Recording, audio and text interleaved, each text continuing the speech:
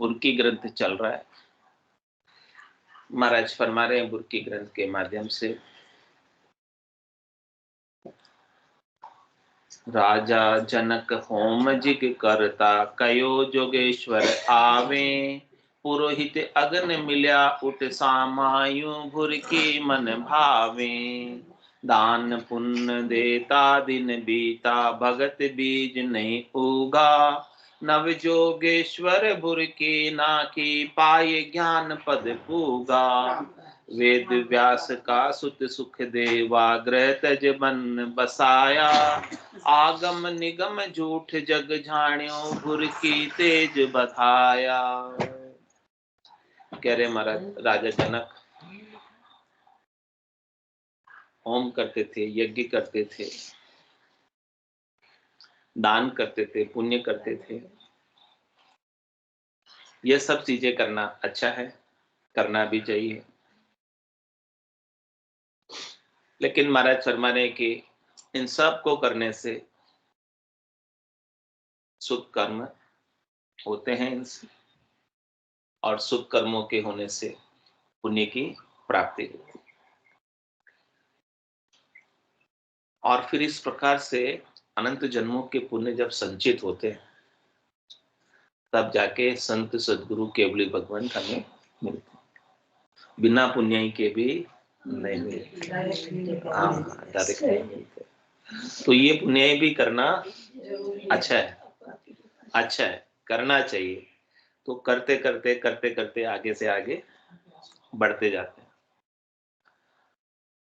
लेकिन महाराज कहते केवल पुण्य कर लेने से अपन मान ले कि हमारा मोक्ष हो जाएगा, हमें परम पद मिल जाएगा, हमें आनंद पद मिल जाएगा, वो संभव नहीं है। उनका लाभ जरूर है, लेकिन जितना लाभ है, जितना उसमें पराक्रम है, उतना लाभ तो मिलता ही है, उसमें कोई दोहराई वाली बात। लेकिन हम चाहते हैं कि हमारा आत्मा का कल्याण हो जाए और हम जन्म मरण से रहित हो जाए। तो वो कर्मों में ताकत नहीं है, करनी में ताकत नहीं है, क्रिया में ताकत नहीं है।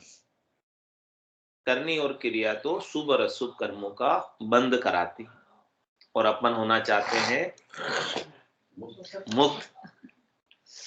वो क्या कराती है? करनी और क्रिया, शुभ और अशुभ का बंद, और अपन होना चाहते हैं मुक्त। मुक्त तो महाराज कह रहे हैं कि मुक्त होने के लिए तो ज्ञान की आवश्यकता है। सदगुरु का ज्ञान जब मिले तभी जाकर आप मुक्त हो सकते हैं, कर्मों से अलग हो सकते हैं, शरीर से अलग हो सकते हैं, स्थूल से, सूक्ष्म से, कारण से, महाकारण से, इन सब प्रकार के शरीरों से अलग होकर नित्य मुक्त आत्मा का, नित्य मुक्त अपना स्वरूप है, उसका आप अनुभव कर सकते हैं।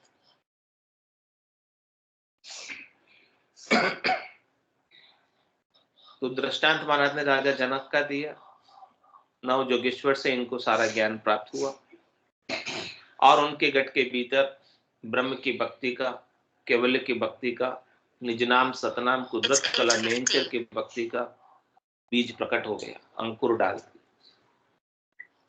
तो महाराज फरमा रहे हैं कि निज नाम तो बीज है, और ये सत बीज, और संसार में निज नाम के अलावा जितने भी बीज हैं वो सब माया के बीज। एक तो केवल का बीज है, और केवल के बीज के अलावा जितने भी बीज हैं वो सब माया के। तो जैसा बीज बोएंगे वैसी ही फसल उगेगी, वैसा ही वृक्ष उगेगा, क्योंकि बीज का गुण तो रहता ही है। बीज में अपने को दिखाई नहीं देता, लेकिन एक छोटे से बीज में कितना बड़ा वृक्ष छिपा हो। इसी प्रकार से केवल का बीज जिसे प्राप्त हुआ है वो केवल पद, आनंद पद को प्राप्त हो गए, और जिन्हें केवल का बीज नहीं मिला वो तीन लोगों के अंदर माया के बीज के साथ कभी सुखी हो रहे हैं और कभी दुखी। फल पावे पदवी मिले, गर्भ न छूटे। फल मिल जाते हैं, पदवी मिल जाती है, लेकिन गर्भवास, जाना आना, जन्मना मरना, सुख दुख नहीं छूटता। केवल के बीज के बिना छूटने वाले नहीं। तो ऐसा केवल का बीज राजा जनक को नवजोगेश्वर से प्राप्त हुआ। नवजोगेश्वरों ने राजा जनक के ऊपर ऐसे केवल के बीज की बुरकी ना लगाई, यानी ऐसा अंकुरण कर दी। और ये बीज जिसे मिला है, और फिर इसका जल से सिंचन भी करना पड़ता है। हाँ, बीज को अनुकूल वातावरण मिलना चाहिए। अब जल से सिंचन करना क्या? राम नाम का सुमिरन करो। बीज तो केवल का है, अब इसे आगे बढ़ाना है। तो जितना अधिक सुमिरन होगा, जितना अधिक सत्संग श्रवण करेंगे, उतनी अधिक भजन करने की प्रेरणा मिलेगी। और भजन करने से वो निज नाम का जो बीज सदगुरु ने हमें बख्शिश किया है, वो आगे से आगे बढ़कर परम पद में पहुंचेगा। तो ऐसा बीज पाकर, ऐसा केवल्य का ज्ञान पाकर महाराज कह रहे हैं कि राजा जनक भी परम पद पाए ज्ञान पद होगा। इसे ज्ञान का पद कहते हैं, इसे परम पद कहते हैं। परम किसे कहते हैं? जिसके आगे और कुछ है ही नहीं, जो सबसे टॉप है, सबसे श्रेष्ठ है, उसके आगे कुछ नहीं। वहां तक पहुंच गए, तब उसके बाद और कुछ और कहीं पहुंचना बाकी नहीं। ऐसे ज्ञान पद को, ऐसे परम पद को, ऐसे आनंद पद को, ऐसे केवल पद को राजा जनक ने प्राप्त किया, और सब राजकाज करते हुए प्राप्त किया। कोई उन्होंने काम छोड़ दिया, वन में चले गए, गृहस्थ छोड़ दी राजा जनक ने, न तो गृहस्थ छोड़ी, न राजकाज छोड़ा, सब कुछ करते रहे। और ऐसे केवल के बीज से, केवल की भक्ति से, केवल की बुरकी से सब काम करते हुए केवल पद, आनंद पद के वासी हो गए। इसके मुकाबले में और कोई भक्ति नहीं है। हाथ काम, मुख राम, हृदय सांची प्रीत, दरिया ग्रस्ती साधकी आही उत्तम। दरिया साहब कह रहे हैं कि आप ग्रस्त के अंदर रहकर सभी कर्तव्य कर्मों का निर्वाह करते हुए, सभी प्रकार के ऋणों को उतारते हुए, अपने ऊपर 3 प्रकार के ऋण, देव ऋण, ऋषि ऋण, पितृ ऋण, इन सब ऋणों को चुकाते हुए और परिवार के साथ सौहार्द संबंध बनाए रखते हुए, सबके अंदर परमात्मा के दर्शन करते हुए अपने को परमात्मा पद की प्राप्ति कर। सब गोविंद है, सब गोविंद, गोविंद बिन नहीं कोई। जो कुछ भी अपने को देखने में आता है, वो सब परमात्मा का ही व्यक्त रूप है। परमात्मा के सिवाय दूसरा और कोई है। जब तक ज्ञान नहीं है, तब तक हमें सब में परमात्मा दिखाई नहीं देता। हमारी दृष्टि माया पर होती है, शरीर पर होती है, इंद्रियों पर होती है, व्यक्तियों पर होती है, वस्तुओं पर होती है। लेकिन जब ज्ञान हो जाए, ब्रह्म समाधि लग जाए, तो पूरे ब्रह्मांड के अंदर ब्रह्म के सिवाय दूसरा और कोई निजर ही नहीं।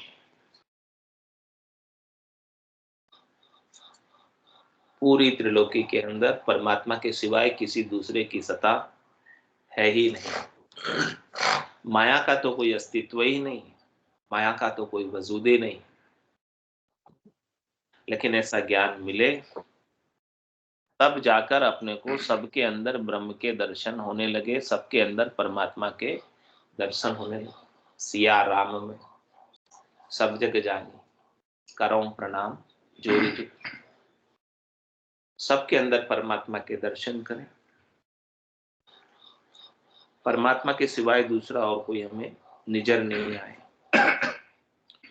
ये सर्वोच्च भक्ति है, सर्वोच्च दर्शन है। अब जब परमात्मा के सिवाय दूसरा और कोई दिखाई नहीं रहा है ही नहीं, तो किसके साथ तो आप राग करो, किसके साथ द्वेष करो, किसके साथ तेरी करोगे, किसके साथ मेरी करो। राग द्वेष तेरी मेरी कछु नहीं धारणा, निरापक ज्ञान कहते औरा को समझावे। इस प्रकार का निरपक्ष ज्ञान पहले तो स्वयं को समझना है, और जब स्वयं को समझ में आ जाए तब दूसरों को भी समझाना। जो भी आपके संपर्क में आए उनको भी ऐसा लाभ मिले। पहले स्वयं आप इस बात की अनुभूति करो। सबसे पहले तो अपने गट के भीतर ही परमात्मा के दर्शन करो कि परमात्मा मेरे गट के भीतर ही है। जब आपको भीतर में अनुभव आएंगे पहले, फिर बाहर सब में दिखाई देंगे। जब तक भीतर में अनुभव में नहीं आएंगे तब तक बाहर भी नहीं आएंगे। जिन पाया जिन गट ही पाया, बायर फिर जन्म गवा। तो जैसी आत्मा मेरी है परमात्मा का अंश, वैसी आत्मा सब जीवों की। तो पहले अनुभव करना है तो कहाँ करना है अपने को? अपने ही भीतर। तन देवल बिच आत्म देवा निर्गुण भक्ति भजन है वेद। पहले अपने अंदर अनुभव करो, फिर सबके अंदर अनुभव करो। फिर कहाँ से चालू करें अनुभव करना? अपने भीतर से। आरंभ कहाँ से करना है? कहाँ दूर जाएं खोजने के लिए परमात्मा को? 68 को काहू को फिरिए सूरत समेत नाम में धरी। कहाँ बाहर भटके जब आपके तन के भीतर ही बैठे हो। बस सुरता को सब जगह से समेट लो। ध्यान इधर उधर बिखर रहा है अपना, इधर उधर जा रहा है, उस ध्यान को एकाग्र कर लो। किसके ऊपर? राम जी के नाम पर। सूरत समेट नाम पर धरिए। नाम पर जब आप अपनी सूरत को जर दोगे, लगा दोगे, तो आपके गट के भीतर ही परमात्मा के दर्शन, आनंद स्वरूप दर्शन होने लगेंगे। और जैसे वो दर्शन हुए तो आपकी ध्यान समाधि लग जाएगी, यानी ध्यान लग जाएगा। और उसके बाद ब्रह्म समाधि लगेगी ब्रह्मांड में। जब ब्रह्म समाधि लगेगी तो पूरी त्रिलोकी में, पूरे ब्रह्मांड में आपको परमात्मा दिखेगा। दिव्य नयन माया का खुलिया ब्रह्म अखंडित सूझे, कै सुखराम ब्रह्म का खुलिया परम धाम जब सूझे। इस प्रकार से अपने दिव्य चक्षु, ब्रह्म चक्षु, ज्ञान चक्षु, सूरज चक्षु को सदगुरु के ज्ञान से खोलो। सदगुरु आपको ज्ञान की दूरबीन दे रहे हैं, ज्ञान का प्रकाश कर रहे हैं, आपको जगा रहे हैं, चेता रहे हैं कि आप अपनी आंखें खोलो, भीतर की आंखें खोलो, और भीतर की आंखों से सर्वत्र परमात्मा का अनुभव करो। और अपने आप का भी परमात्मा रूप में अनुभव करो कि मेरा रूप, मेरी आत्मा परमात्मा की आत्मा से अलग नहीं। तभी तो अभिन्नता आएगी। बूंद कहे मैं सागर से अलग हूं, लहर कहे कि मैं जल से अलग हूं, घड़ा कहे कि मैं मिट्टी से अलग हूं, आभूषण कहे कि मैं सोने से अलग हूं।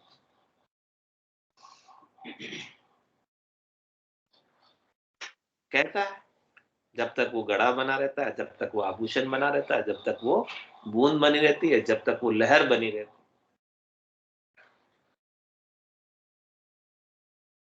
और लहर मिटी और फिर क्या हो गया? जल ही हो गया। घड़ा फूटा और फिर क्या हो गया? मिट्टी हो गई। बूंद सागर में जाकर मिली, फिर क्या हो गई? सागर ही हो गई। बूंद रही क्या? इसी प्रकार से आपकी आत्मा भी जब परमात्मा से एकात्म कर लेगी, तादात्म्य कर लेगी, जोड़ लेगी, तो फिर आपकी आत्मा क्या होगी? ये बताओ तो कोई। परमात्मा ही तो होगी, और परमात्मा ही है। लेकिन आवरण आ रहा है माया का, इसलिए अपने को नजर नहीं आ रही। शरीर का आवरण आ रहा है, इंद्रियों का आवरण आ रहा है, वस्तुओं का आवरण आ रहा है, व्यक्तियों का आवरण आ रहा है। इसीलिए हमें परमात्मा रूप, हमको सत्य स्वरूप, आनंद स्वरूप व्यक्त नहीं हो रहा, अव्यक्त है। इसे सदगुरु के ज्ञान से व्यक्त करना है, प्रकट करना है, जागृत करना है अपने भीतर, अपने ब्रह्म होने का बोध करना है। ऐसा ज्ञान राजा जनक ने प्राप्त किया और वो परम पद के वासी। चल के जाना पड़ा होगा उनको परम पद पाने के लिए, बहुत दौड़ लगानी पड़ी होगी, बहुत समय लगा होगा। महाराज करेंगे न तो दौड़ लगाने की जरूरत है, न कोई शरीर को कष्ट देने की जरूरत है, न इंद्रियों का दमन करने की जरूरत है, क्योंकि विषय आप में नहीं है। विषय किन में है? मन में है। मन आप नहीं है। आप मन से अलग हैं, आप शरीर से अलग हैं, आप इंद्रियों से अलग हैं। इस अलग होने का, न्यारे होने का अनुभव अपने को करना है। इस न्यारे होने को जानना है। यही ब्रह्म का ज्ञान है, यही परम पद प्राप्ति का उपाय है, यही भेद है। भेद सहित ज्ञान घटावे, प्रेम भाव नेचो मन पावे, मोक्ष मिलन की यही है उपाय, दूजी नहीं। संसार की असारता हमें नजर आ जाए, संसार की मोह आसक्ति छूट जाए और प्रेम का भाव सत स्वरूप परमात्मा में हो जाए, ऐसा ज्ञान का भेद हमें मिल जाए, ऐसी ज्ञान की जानकारी मिल जाए। ऐसा ज्ञान का भेद कौन दे सकते हैं? जिन्होंने एक्सपीरियंस किया है, जिन्होंने परमात्मा को प्रत्यक्ष रूप से जाना है, जिन्होंने परमात्मा के प्रत्यक्ष दर्शन किए हैं, वही हमें ये बात बता सकते हैं और वही ये बात हमें बता रहे। और आगे महाराज दृष्टांत देकर समझा रहे। वेद व्यास का सुत सुख देवा, ग्रतज वन बसाया, आगम निगम जूट जग झाड़ियो, बुरकी तेज बधाया। कह रहे महाराज वेद व्यास जी के लड़के सुखदेव मुनि माता के गर्भ से निकलते ही जंगल में चले गए थे, और उनके गर्भ में तो चारों वेद थे, 6 शास्त्र थे, 9 व्याकरण थी, 18 पुराण थे, श्रुति स्मृति सब थी, और फिर पढ़ने की भी जगह थी। वो सब ज्ञान अर्जन करने के बाद, 52 अक्षरों का जितना भी ज्ञान था वो सब सुनने के बाद, सीखने के बाद, समझने के बाद भी उनको संतोष नहीं आया। उनको अपूर्णता लगी कि कुछ ना कुछ अभी भी बाकी रहे। ऐसे त्यागी होने के बाद भी, जो माया में बिल्कुल लगे ही नहीं, उनको भी अपूर्णता लगी कि अभी भी मैं पूर्ण नहीं।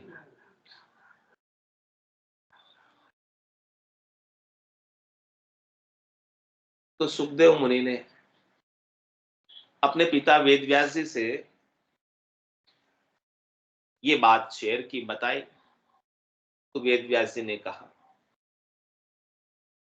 यहाँ राजा जनक है, देई हैं, उनको ऐसा ब्रह्म का ज्ञान प्राप्त। It's 8:30. आपको ऐसा ब्रह्म का ज्ञान प्राप्त करना है तो आप उनके पास जाओ और पास जाकर ऐसा ज्ञान प्राप्त कर लो। तो आए सुखदेव मुनि राजा जनक के पास।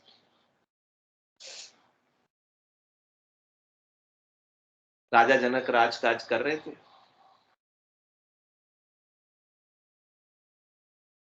तो बाहर जो चौकीदार होते हैं, द्वारपाल होते हैं, उनके माध्यम से संदेशा भिजवाया, कागज पर नोट करके लिखकर कि सुखदेव मुनि आए हैं आपसे ज्ञान प्राप्त करने। तो राजा जनक ने अंदर से वापस द्वारपालों के साथ संदेशा भेजा कि उनको बोलो कि आप हाथी से नीचे उतर के। बोले मैं तो पैदल पैदल आया, मैंने हाथी का यूज ही नहीं किया। राजा जनक मेरे को कैसे कह रहे हैं कि तुम हाथी से नीचे उतरो, मैं तो हाथी पे बैठा ही नहीं। तब उनको बात समझ में आई और फिर उन्होंने लिख कर भेजा कि सुखदेव ज्ञान सीखने आया, सुखा ज्ञान सीखने आया।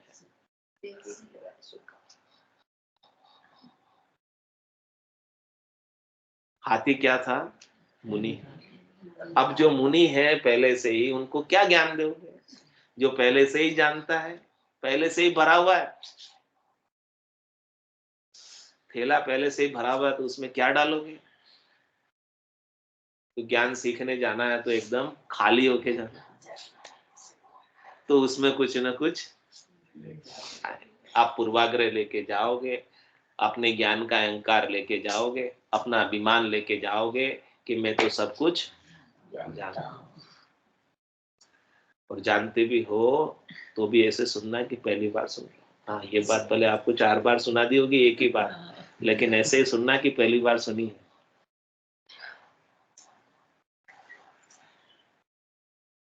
एकदम अभिमान रहित हो, अहंकार रहित हो, तब वो बात हृदय तक पहुंचती है, भीतर में उतरती, उसका असर होता है।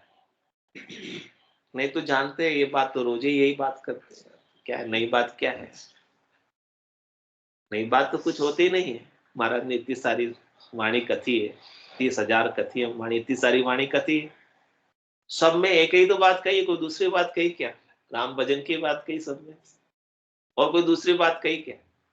लेकिन भिन्न भिन्न प्रकार से हमको समझाने के लिए कही, ताकि अपने भजन करने की प्रेरणा हमारे अंदर बराबर बनी रहे और उसको सुनकर हम प्रेरित होएं और हमारा मन लगे भजन के अंदर। तब उन्होंने लिख के भेज दिया कि मैं सूखा ज्ञान से, तो मैंने ठीक है आने। अब फिर राजा जनक ने दूसरी परीक्षा ली।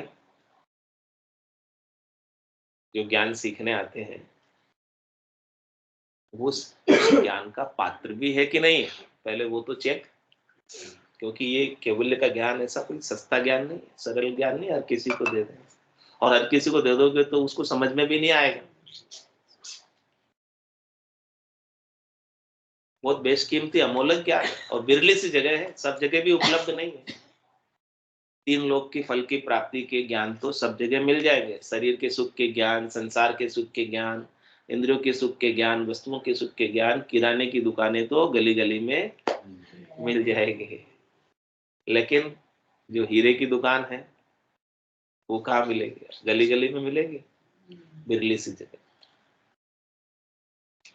तो राजा जनक ने दूसरी परीक्षा की। दूसरी परीक्षा में क्या दे दिया? हाथ में एक तेल से भरा हुआ लबालब कटोरा दे दिया। बोले ये तेल से भरा हुआ कटोरा है, ये आप हाथ में पकड़ो, इसकी एक बूंद भी नीचे नहीं गिरनी चाहिए। और हमारे 2 सैनिक हैं वो साथ में चलेंगे तलवार लेके, नंगी तलवार, जैसे एक बूंद गिरी अलग। और आप हमारे राजमहल को देख के आओ, पहले देखो हमारा कितना राजमहल सुंदर है, उसको आप देख के आओ, पूरा घूम के आओ, एक भ्रमण करके आओ, टूर करके आओ। ये साथ में तो वो चले फिर देखने के लिए राजमहल, साथ में कटोरा तो था ही। और देख के आए, घूम के आए, पूछा राजा कैसा हमारा राजमहल, कैसे हमारे सुंदर सुंदर भवन है, कैसा आपको लगा? बोले कि मेरा ध्यान तो केवल इस तेल के कटोरे पे था कि ये वो नीचे नहीं गिर जाए, नहीं तो मेरे को तो कुछ दिखा ही नहीं आपका राजमहल। तो कह रहे हैं कि ज्ञान सुनो तो ऐसे सुनो कि दूसरा और कोई विचार, दूसरी और कोई चिंता उस समय, दूसरा और कोई काम उस समय याद ही नहीं आना। तो वो ज्ञान सही से असर।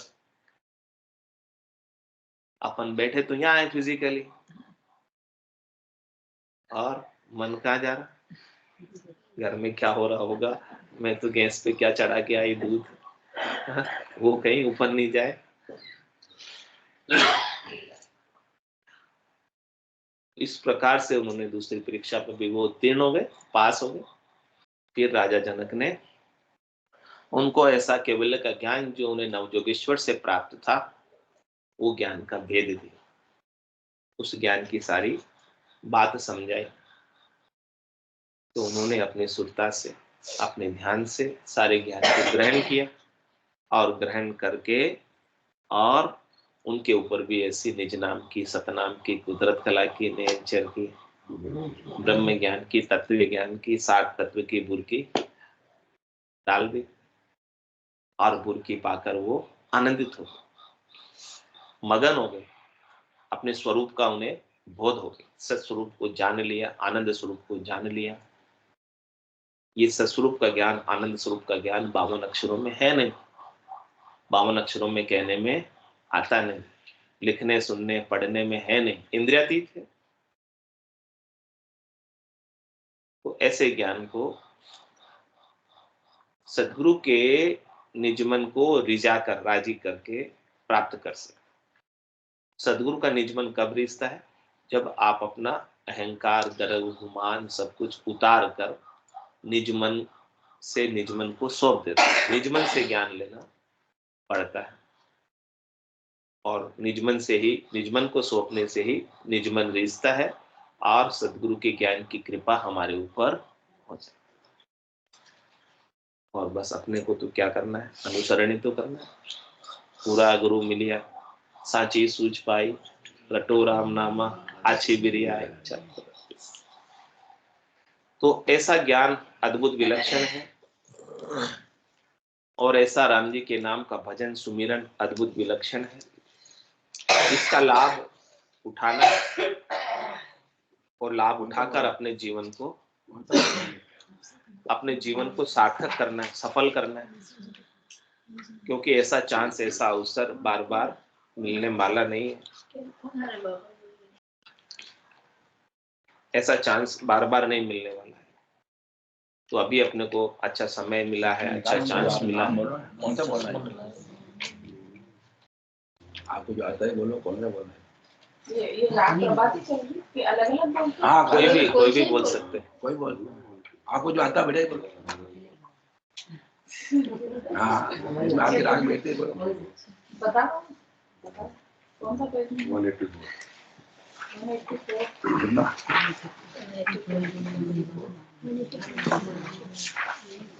184 184 के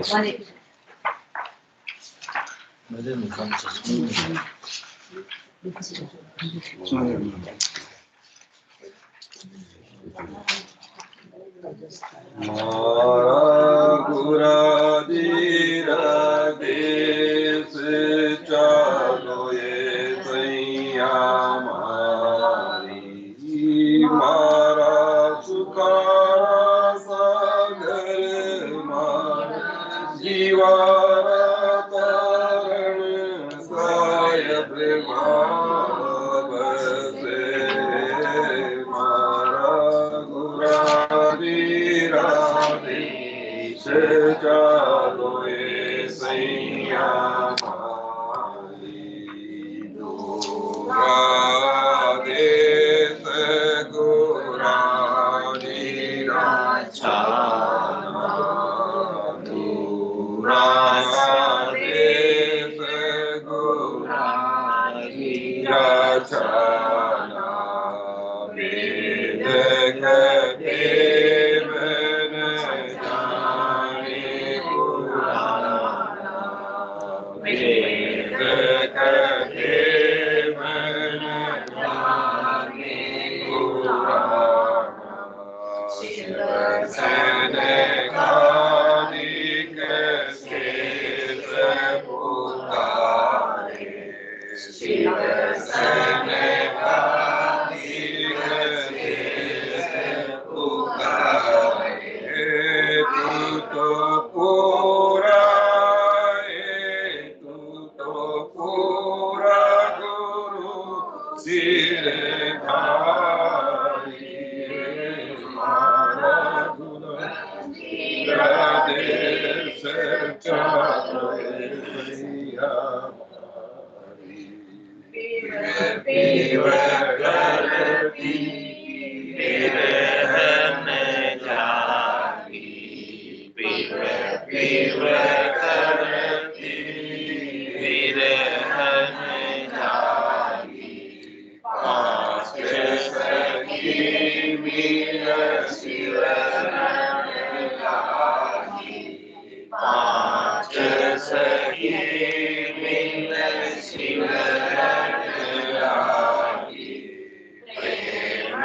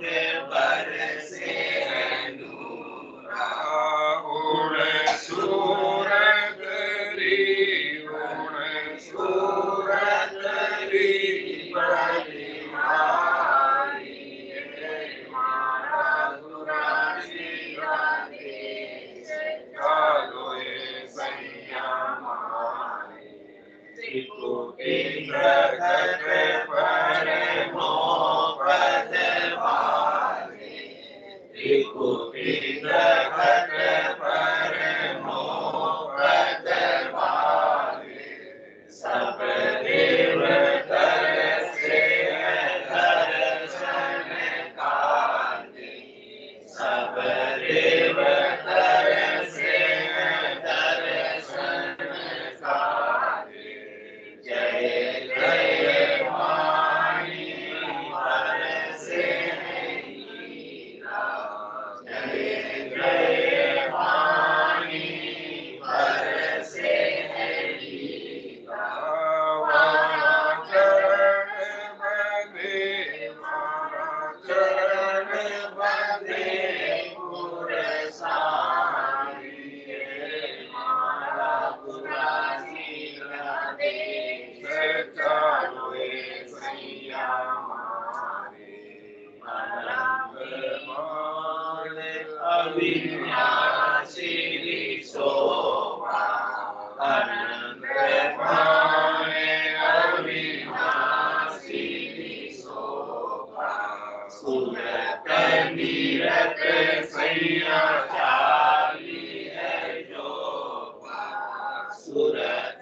निरत सैया चाली है जो अलापी गला सुख मन नारी अलापी गला सुख मन नारी वारो रूप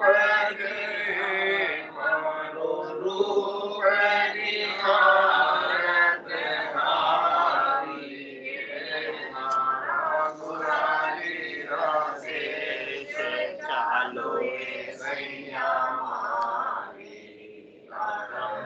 देश जहाँ अविचल आना अगम देश जहाँ अविचल आना अनंत कोटि संत धरे है ज्ञान अनंत कोटि संत धरे है ज्ञान लीन विलास आनंद सुख नाना लीन विलास आनंद सुख नाना वातु सर्व सुहागन नारी मारा गुरा तेरा देश चालो ये सैया अविन्यासी वर आप ही बरसा अविन्यासी वर आप ही बरसा अपना गुराजिरी सेवा कर अपना गुराजिरी सेवा कर कहे सुख राम विरम गरुदासा कहे सुख राम विरम गरुदासा मैं तो पहचानी हुए जलधारी मारा गुराजीरा देश चालो ये सैया मारा सुहारा सागर मारा दीवारा सागर सायब वहाँ बसे गुराजीरा देश चालो ये सैया राम सतगुरु देव जी महाराज परम दयाल सतगुरु सुखराम जी महाराज में अनंत श्री सतगुरु सुखराम जी महाराज के ज्ञान स्वरूप भगवान केवली भगवंता जीवा तारण जहाज मोक्ष के मालिका अनंत कोटि संतान राम सभा में राम राम साराम राम साराम राम राम राम सा सब संतानें सत्संग